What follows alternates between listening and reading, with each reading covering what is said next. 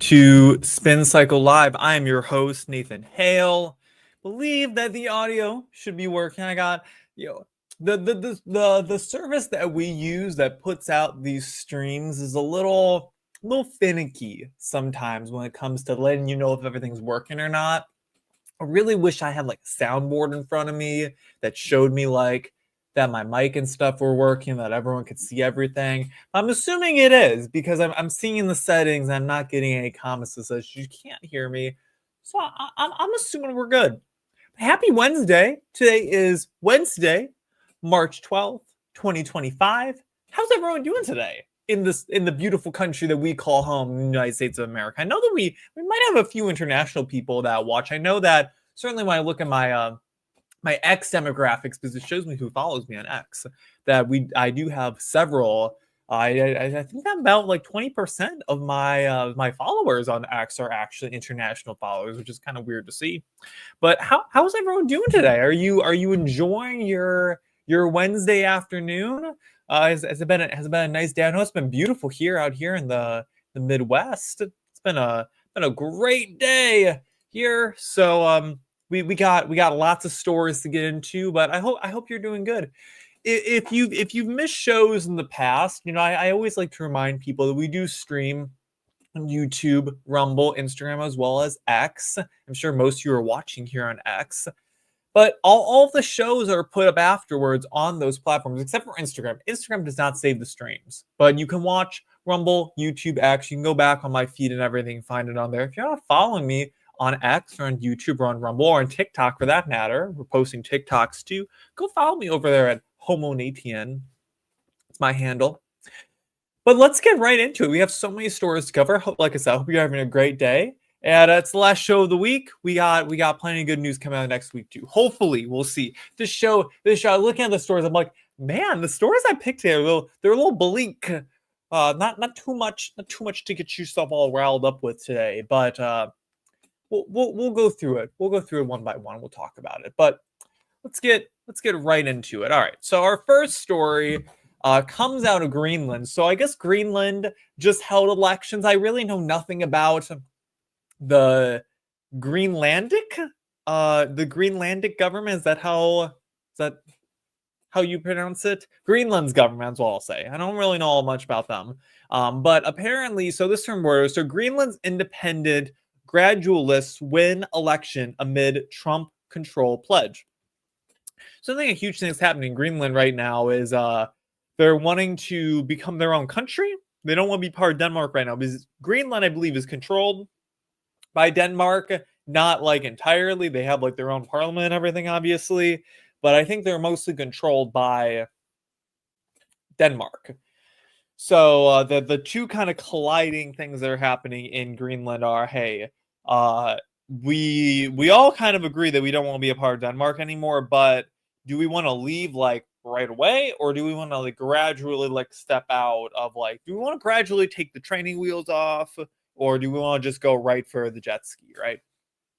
So Greenland's independent party, blah blah blah blah. All right, so Greenland from March 11th. So Greenland's pro-business opposition Democratic Party, which favors a slow approach to independence from Denmark, won Tuesday's parliamentary election that was dominated by U.S. President Donald Trump's pledge to take control of the island.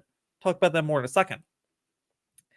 Democratic secured 29.9% of the vote, with all ballots counted, up from 9.1% in 2021, ahead of the opposition Nelarak Party, I think that's how you might pronounce it, which favors rapid independence at 24.5%. So not that far behind. So taking office in January, Donald Trump has vowed to make Greenland a semi-autonomous territory for Denmark, part of the United States, saying it is vital to U.S. security interests, an idea rejected by most Greenlanders. The vast island, with a population of just 57,000 people. By the way, 57,000 people is nothing compared to the United States. That's smaller than our smallest state. has been caught up in a geopolitical race for dominance in the Arctic, where melting ice caps are making its resources more accessible and opening new shipping routes. Both Russia and China have intensified military activity in the region. So this will kind of roll nicely into our next story about Canada. But what I think is interesting is that the joke about taking Greenland over and everything, Greenland becoming one of our territories, was cute and all. Like it was nice. It was like a fun joke. Like I was here for the joke. Like I'm here for the joke about Canada becoming the next state and everything, the country, maybe minus like Vancouver and Ontario. Like I'm here for the joke. But what's happening is the people of those countries are using that to like gain leverage and start electing like liberals into power and everything, which isn't a good thing for the world, right? We want the world to be more conservative. We don't want it to be more liberal, right? And that's kind of what is happening in Greenland, is that a lot of the parties there are using what Trump is saying to their advantage to say, hey, you know, if you vote for the other guy, we're going to end up joining the United States in some sort of pact, right? So going into that same idea with Canada, so Canada is hitting up tariffs. What I wanted to show was the polls coming out of Canada. So the Canadians, like we talked about on Monday, I believe it was, they chose Mark Carney to become their next prime minister of the Liberal Party until elections happen. I believe they have elections scheduled sometime in October, right?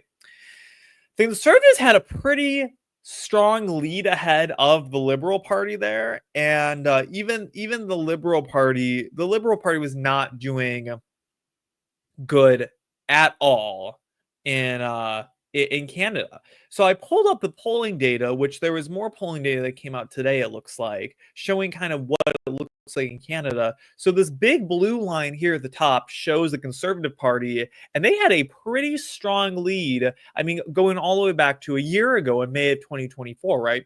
So the polling a year ago showed the Liberals as low as 24% of the polls, and the Conservatives as high as 42% of the poll, basically 43%.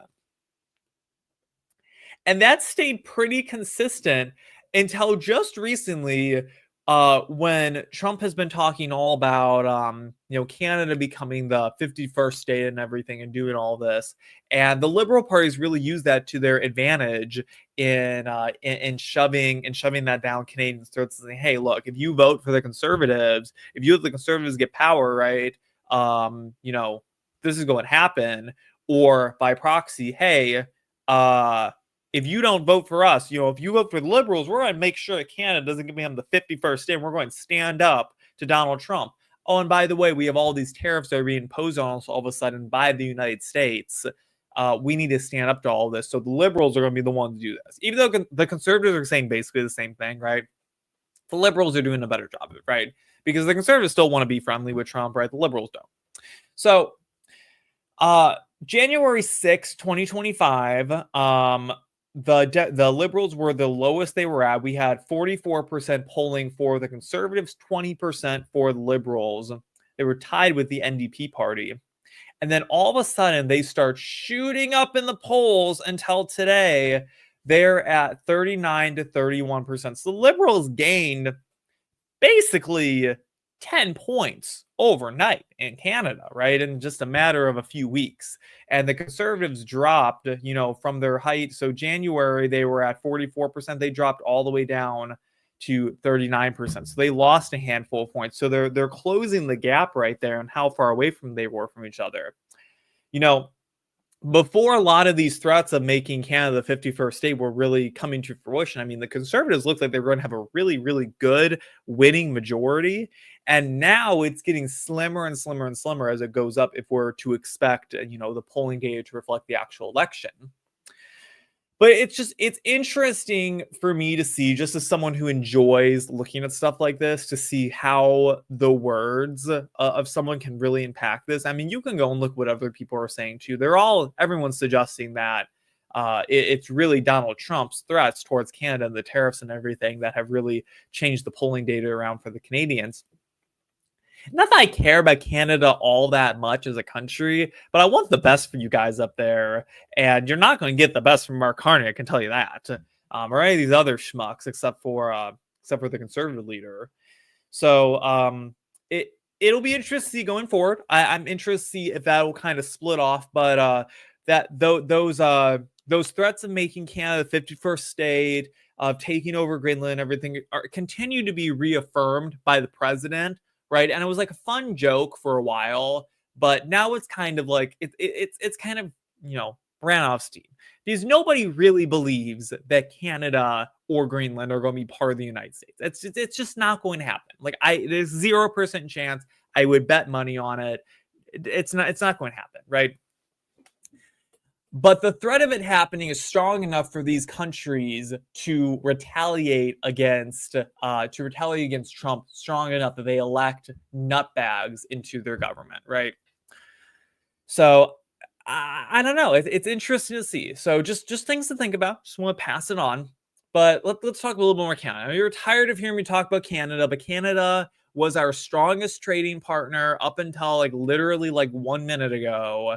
And now all of a sudden we're attacking Canada with tariffs. So Canada is going to now slap the United States with a dollar for dollar tariff on $21 billion worth of steel and aluminum imports. So Canada has struck back against the Trump administration's tariffs on steel and aluminum, announcing retaliatory measures on Wednesday that will impose new levies on $20.6 billion worth of U.S. imported goods. Finance Minister Dominique LeBlanc declared that the Canadian government is responding with a dollar-for-dollar approach, introducing a 25% tariff that is set to take effect at 12:01 a.m. Eastern Time on Thursday. These tariffs will target U.S. steel products worth $8.8 billion, aluminum products worth $2 billion, and a range of other imports, including computers and sports equipment, LeBlanc said.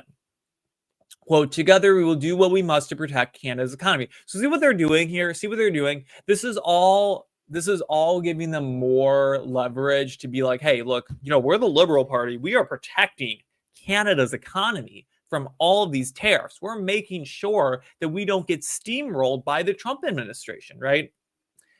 So I want people to realize what the bigger implications are of Donald Trump. Now, I love Trump. I think he's a great president. I've been very happy with what he's done. So far, I think he'll do a lot of good things under his administration. But I think he gets a little carried away sometimes when it comes to certain issues. One of them being the tariffs, another one being the threats that he makes against other countries and taking them over, such as Canada, such as Greenland. I think he does himself a little bit too much, and he needs to pump the brakes a little bit here. So I think that's all I wanted to cover in that article. And I think that's pretty much all I wanted to talk about that. So I just wanted to bring that up because it's something I've been seeing. I've heard it from other people, speaking about what's going on with Canada, what's going on with Greenland, what's going on in just the world economy in general. And I'm worried that the tariffs are not going to get him what he wanted to get. And it's going to end up screwing us as Americans over versus like what we're actually trying to do, which is get fair trade agreements. And why we're going after Canada is kind of beyond me. I mean, we had a trade surplus with them, I believe, just recently. And he's going back on orders that he made under his administration, right? And way back in 2016 in his first administration. So it's worrying for me to see kind of what's happening with Canada just because of the greater implications from it. But we'll keep following it. We'll keep covering it, keep bringing it up, because it's important to keep in mind what's happening all over the world and not just what's happening in the United States. Because despite what conservatives might say, we do have to pay attention to the rest of the world and at least be diplomatic with each other for the most part, right? But I do really only care about America. To be clear, I'm not going back on anything I've said before. But let's talk about America now. All right, so Justice Department. So I saw this story. I was like, what's going on with the Justice Department? So the Justice Department is expected to slash public corruption unit, a source from the AP says. All right, so prosecutors in the Department of Justice section that handles public corruption cases have been told the unit will be significantly reduced in size, and its cases will be transferred to U.S. attorneys' offices around the country. Two people familiar with the matter said Tuesday. So the discussions about shrinking the public integrity section come weeks after the unit's leadership resigned, when top Justice Department officials ordered the dropping of corruption charges against New York Mayor Eric Adams. At the end of the Biden administration, there were about 30 prosecutors in the section, which was created in 1976 following the Watergate scandal to oversee criminal prosecutions of federal public corruption cases following all across the country. Prosecutors have been told they will be asked to take new assignments in the department, and as few as 5 lawyers will remain in the unit, said the people who spoke on the condition of anonymity because they were not authorized to publicly discuss the move. U.S. Attorney's Office around the country are expected to take on the cases that the section was prosecuting, the people said. The Justice Department has already paused enforcement on a decades-old law that prohibits American companies from bribing foreign governments to win businesses, and moved to wipe away high-profile public integrity cases like those against Adams and former Illinois Governor Rod Blagojevich, both Democrats. In addition to prosecuting misconduct by public officials, the section oversees the department handling the elections crimes like voter fraud and campaign finance offenses under the Biden administration. It was also home to the election threats task force, which was launched to combat a growing number of threats of violence against election workers. So I am all for government slashing stuff. I think so many things need to be slashed. The government is too big. We need to create a smaller federal government. My concern is that in creating a smaller federal government, we are ignoring what needs to be slashed, which is Medicare and Medicaid and Social Security and just benefits in general. They are the behemoth that is pulling us into bankruptcy in this country. Instead, we're going after these little nitty-gritty departments within things like the Department of Justice here, which actually do stuff. Like, they actually do things, right? We want to have a department that goes after election crimes, right? You know, Republicans were the party of election integrity, right? And all of a sudden now we're going after the arm of our Justice Department that has to do with that. It has to do with prosecuting all that. So it concerns me to see that is the direction that we're going in. That being said, we don't know what the implications of this are going to be, right? It's very likely that things could be moved over to the local attorney general's offices across the country and nothing really changes, right? But maybe it does. And it's concerning to me to see at least the slashing that's happening is not necessarily in the best way that it could be happening. And nobody wants to say, hey, we actually need to go after the programs that have all the money, right? The programs that have all the money are Medicare and Medicaid. That's what we need to be going after. There are ways that we need to change around those programs that can still give people their benefits, but make them more affordable to us as Americans with our taxpayer money, and make it more fair to people getting those benefits. And I'll talk about that slightly more shortly, but let's talk about inflation now. So this is from Just the News. So inflation cooled slightly in February compared to the previous months, 2.8% now compared to 12 months ago. So economists predicted the consumer price index would increase to 2.9%. The Labor Department reported Wednesday the prices of goods and services in February increased 0.2% compared to the previous month, after rising 0.5% from December 2024 to January. The report, the department's Bureau of Labor Statistics Consumer Price Index, is widely ranging measures of costs across the U.S. economy. The report also shows the cost of goods over the last 12 months increased 2.8%. A primary driver for the month-over-month increase was the rising cost of eggs, the report also states. So I have the consumer price index pulled up in front of me here. So right now in February 2025, and I know we're in March, but we have the numbers for February now.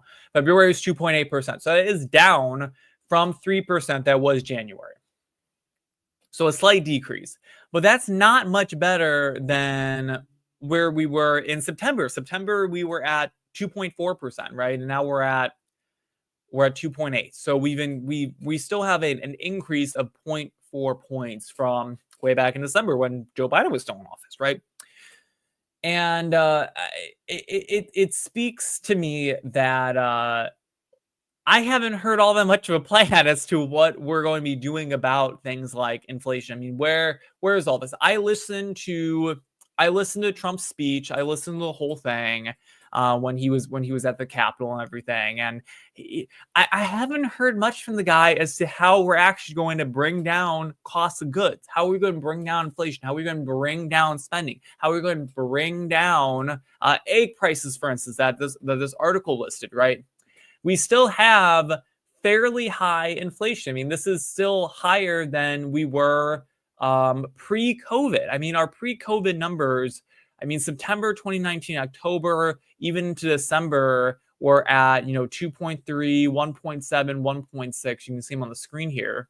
That was where we were at pre-COVID, right? And this is the Trump economy we're talking about. I mean, 2017, I mean, for the most part, throughout the Trump economy, we were between like 1.5 to 2% here. And people were raving in 2019 about how great the economy was doing with the consumer price index being so low. And now we're still sitting at 2.8%. We're still higher than we were during the Trump economy. That being said, we are far down from 2022. 2022, we peaked in June 2022 at 9.1%. So we have had a very steep drop since then. But where's the plans for all this? I mean, I feel like I'm hearing a lot of like, hey, we're going to do this, but how are we actually going to do it? It kind of goes back to I spoke about I don't know if I spoke about it on the show or not, but you might be familiar with the what was it? Jeffrey Weinstein. Well, is that who it was with the files and the private island and everything? We said that the files were going to be released, the flight logs and everything about who was at the island. Or the Jeffrey Epstein, that's it. Jeffrey Epstein. That's what I'm thinking of. I knew it was one of them. About who was on the island. We know Jeffrey Epstein, not a great dude. And the Justice Department said that we're going to be releasing all these files, and we got the files released, and they were all redacted, and we really didn't learn anything, right? And then the Justice Department said that they got a whole bunch of files from the FBI, but we still haven't gotten anything from that, right? We heard that the RFK and JFK files and MLK files are on Pam Bondi's desk, and we still haven't gotten anything from that, right? We still don't know anything, right? We know these things are happening behind the scenes. We hear RFK is doing stuff behind the scenes, right? But what is he doing? What's going on? Where are the plans? Where is the transparency happening here on what we're actually going to do as the government to lower prices and make things more affordable for Americans, right? These are the things that I think millions of Americans voted for, including myself. And I recognize we're only in March, right? The man has only had a few weeks in office so far to really take action. But where are those plans at that show us, hey, this is how we're going to combat this, and how we're going to see where how are we going to get to the goals that we want? And what are the goals that we want, right? Where does the Trump administration want the consumer price index to be at? Do they want to be at pre-COVID numbers all the way down here in 2019 where we're at like 1.7%, right? Is that their goal to get back to it? Or do they want to get to 2%? Or are they happy where they are now, right? What's the goal that we're trying to get to here that we're working towards? And I feel that we haven't gotten those plans because they're not entirely clear yet what they're going to be doing as government, and don't want to release things to then be held accountable when they don't inevitably reach those goals by the time the midterms roll around, right? But it's things like this that make me pipe up a little bit and say, hey, conservatives, Republicans, you need to start working. You don't have that long till the midterms happen. And if we go into a recession, right? If we don't have a good economy, right? If we don't have, goals that are met by the time the midterms roll around, you're going to get hammered. You're going to get crushed in the midterms, right? And we're going to lose those majorities that we have in Congress right now. So I want to see more action being taken as to how we're going to reach these goals and how are we going to get there, right? And I don't want to lose elections. I'm not in the business of losing. I haven't had enough winning. I demand more winning. We've won on the border. We've won on the border. We've won on several key pieces of legislation, right, that have been passed, right? We haven't won on things that I think really everyday Americans really care about. I don't know if at the end of the day, everyday Americans care so much that we renamed the Gulf of Mexico the Gulf of America, or that we're trying to get Canada to become a part of our country, or we're making threats against Greenland, or imposing tariffs all over the world, right? Or we've gotten men out of women's sports. Now, I'm in favor of getting men out of women's sports and everything. I'm not saying that was a bad piece of legislation or anything. I'm just saying that, like, your everyday voter who's just existing out there, who's just working their job, who doesn't watch news shows like this, who's not involved in the news cycle, who's not paying attention to what's happening around them, I'm not sure if they're really how they're responding to things like this. So it'll be interesting to see. I hope I'm proven wrong. But if Republicans get hammered in 2026, don't say I didn't warn them, right? So let's go on to our last story of the day. So our last story of the day comes from Speaker of the House, Mike Johnson, and it's sort of Daily Wire.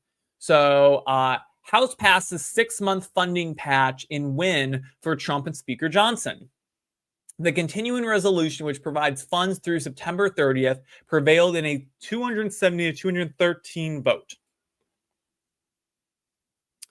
On Tuesday, the GOP-led House narrowly passed another stopgap bill to prevent a partial government shutdown by the end of this week, marking a victory for President Donald Trump and House Speaker Mike Johnson. The 99-page continuing resolution, which provides funds to various federal agencies and programs, skip down. Where was I? Which provides funds for various federal agencies and programs through September 30th, prevailed in a 270 to 213 vote. All but one Republican, as single Democrat, Representative Jared Golden, supported the measure. The rest of the Democrats and Representative Tom Macy opposed the bill. For years, House Democrats have railed against government shutdowns, but they nearly changed their tune. Then they suddenly changed their tune when President Trump returned to office, Speaker Johnson said on X. Their falsehoods and misinformation campaigns are a desperate attempt to distract from their own failures. Despite these tactics, President Trump and congressional Republicans will stop at nothing to deliver on the mandate given by the American people. Now, the continuing resolution heads to the Republican-controlled Senate, where Democrats could filibuster the measure, blocking it, as such could lead to a partial shutdown in which non-essential federal employees could be furloughed beginning on March 15th. It was not clear heading into the afternoon whether the continuing resolution would have enough votes to prevail in the House, in which the Republicans have a slim 218-214 majority. But there were a handful of GOP holdouts. But they came around in the final hours before the vote. As part of the effort to rally support for the measure, Vice President J.D. Vance paid a visit to Capitol Hill to deliver a closing pitch to House Republicans, and Trump worked the phones. Democrat leaders warned the continuing resolution would cut health care, nutritional assistance, and veteran benefits while doing nothing to protect Social Security, Medicare, and Medicaid. However, during a press conference on Tuesday, Johnson insisted the measure does not threaten those programs. So this is from Tom Macy. So, quote, "I'm not voting for the continuing resolution budget, cut, copy, paste omnibus," Macy said on X. Why would I vote to continue the waste, fraud, and abuse DOJ has found? We were told the CR in December would get us to March, when we would fight. here we are in March, punting again. WTHO. I kind of agree with the guy, right? Why are we punting this down the road again? This is what Congress has been doing. We've continued to move forward those times that we're actually going to decide what we're going to do about all this spending, right? We need to go department by department. These programs need to be defunded. We found all of this waste in government by Doge. And what are we doing now to actually close a lot of that down? We've seen some things from USAID, but what's happening to all those other billions of dollars? What are we doing about those?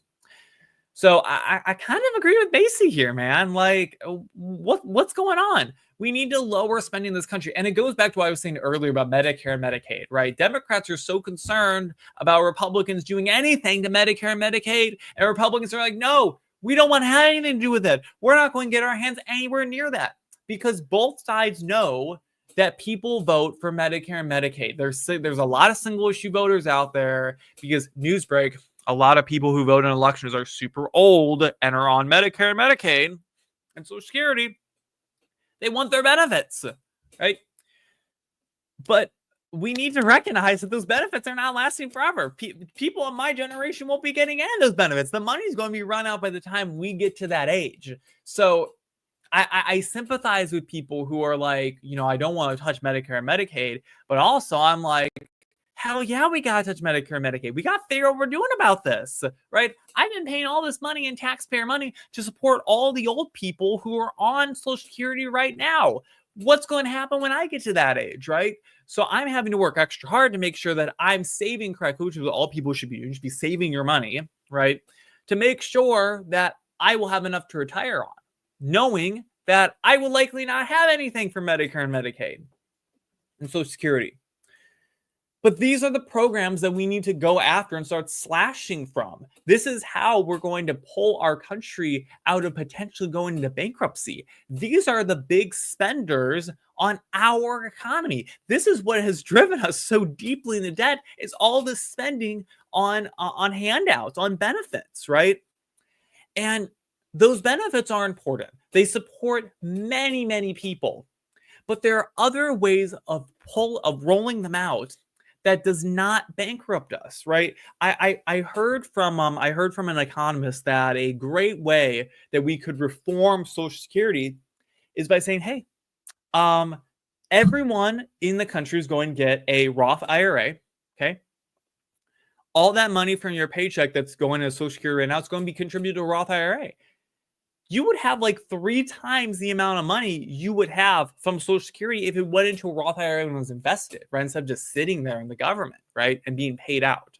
So it's very disheartening to young people like me that I pay all this money in taxes, right? That are not supporting me in any way, right? They're supporting all the older generations, which good on them, right? They did their job. They were promised Social Security. I'm fine with that. But I'm not getting anything of it. I've been paying all this money from all my paychecks every single month that goes towards these programs that the government refuses to do anything about. That is what is driving us into debt. And nobody in government wants to have anything to do with touching because they don't want to be the bad guys. And I sympathize with that because if you start going after it, you got to deal with the blowback of it that the other side is going to start using that against you. But at the end of the day, if we're going to talk about being financially conservative, being fiscally conservative, if we're going to talk about cutting government spending, if we're going to talk about getting our country out of debt, right, and paying back our debt, right, getting us into a surplus instead of a deficit, we have to look at the programs that are pushing us into that deficit, right? We have to be conscious about where that money is going. But that is all I have to say about all that, folks, today. I hope you enjoyed our show. We'll be back here on Monday to see so many more stories. Hopefully we have some brighter stories to talk about. Maybe some wins will happen towards the end of the week that we can talk about on Monday. I know today's show is a bit bleak. It's a little bleak in the stories that we cover, but that was the news cycle today. That was what happened, right? I always try and give an honest perspective of the day-to-day news that's happening. All this was what was happening today. So I feel as if I'm going to have some people coming at me after this. But you know what? I don't care. That's my opinion, right? If you don't like it, go watch someone else's show. But if you like it, stay here. Share this show with friends, right? We're always looking for more viewers. Sound off on me on X. Tell me why I'm wrong. If you disagreed with me. But otherwise, keep following the show. We'll be back here on Monday, 5 p.m. Eastern. X, Rumble, YouTube, Instagram, all the places. If you missed the show, if you show up a little bit late, you can rewatch the show on X. If you missed it, you can rewatch on YouTube and Rumble as well. The recordings will be up there. You can watch all of our shows we did in the past up there as well. Subscribe to those channels. Follow me on X. Share this with friends. And keep engaged with me. All the updates about me are coming out on X. So follow me at Home118 on there. Look me up, Nathan Hale. My profile should come right up. And see what else I'm talking about. There's a lot of things that I talk about on X that don't make it onto the show because they're not quite big enough stories. But give me a follow there. Let me know what I'm doing. Like I said, share this show with friends. We always need more viewership. But with that, I hope you have a great rest of your week. Have a great weekend. Please go read all these stories for yourself. Link in the description. But with that, I have been Nathan Hale. This has been Spin Cycle Live, and we'll see you back here on Monday at 5 p.m. Eastern Time for our next episode. With that, I'm out of here.